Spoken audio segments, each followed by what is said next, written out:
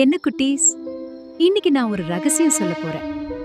நீங்க நினைக்கிறதெல்லாம் நிஜமாகணும்னா என்ன பண்ணணும் தெரியுமா? இதோ என்கிட்ட ஒரு மந்திர பானை இருக்கு. இந்த பானைக்குள்ள கை விட்டு ஒருத்தன் என்ன எடுத்தான் தெரியுமா? அது அவனோட வாழ்க்கையே மாத்திடுச்சு. அது என்னன்னு தெரிஞ்சுக்கணுமா? ஒரு ஊர்ல சோமுன்னு ஒருத்தன் இருந்தான். அவன் ரொம்ப சோம்பேறி. ஒரு நாள் காட்டுல ஒரு பழைய பானை அவனுக்கு கிடைச்சது. அந்த பானை கிட்ட போய் எனக்கு இன்னைக்கு நல்ல சாப்பாடு வேணும்னு கேட்டான்.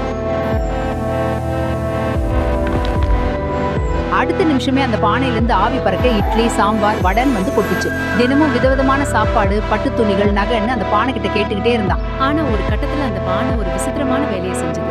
சோமு எப்போதெல்லாம் எனக்கு இது வேணும்னு கேக்குறானோ அப்போதெல்லாம் அவனோட பழைய நினைவுகள் ஒவ்வொன்னா அழிய ஆரம்பிச்சது.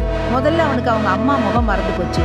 அப்புறம் ஊர் பேர் மறந்து போச்சு. கடைசியில அவனோட பேரே அவனுக்கு மறந்து போச்சு. ஏன்னா உழைக்காம கிடைக்கிற வசதி நம்மளோட அறிவையும் அடையாளத்தையும் மழுங்கடிச்சிடும். பாத்தீங்களா குட்டீஸ், குறுக்கு வழியில வர்ற அதிர்ஷ்டம் என்னைக்கும் நிலைக்காது. நம்ம கை கால்களை அசைச்சு உழைச்சு வர்ற ₹1 கூட அந்த மந்திர பானையை விட பெருசு. உங்களுக்கும் இப்படி மந்திர பானை கிடைச்சா என்ன கேட்பீங்க?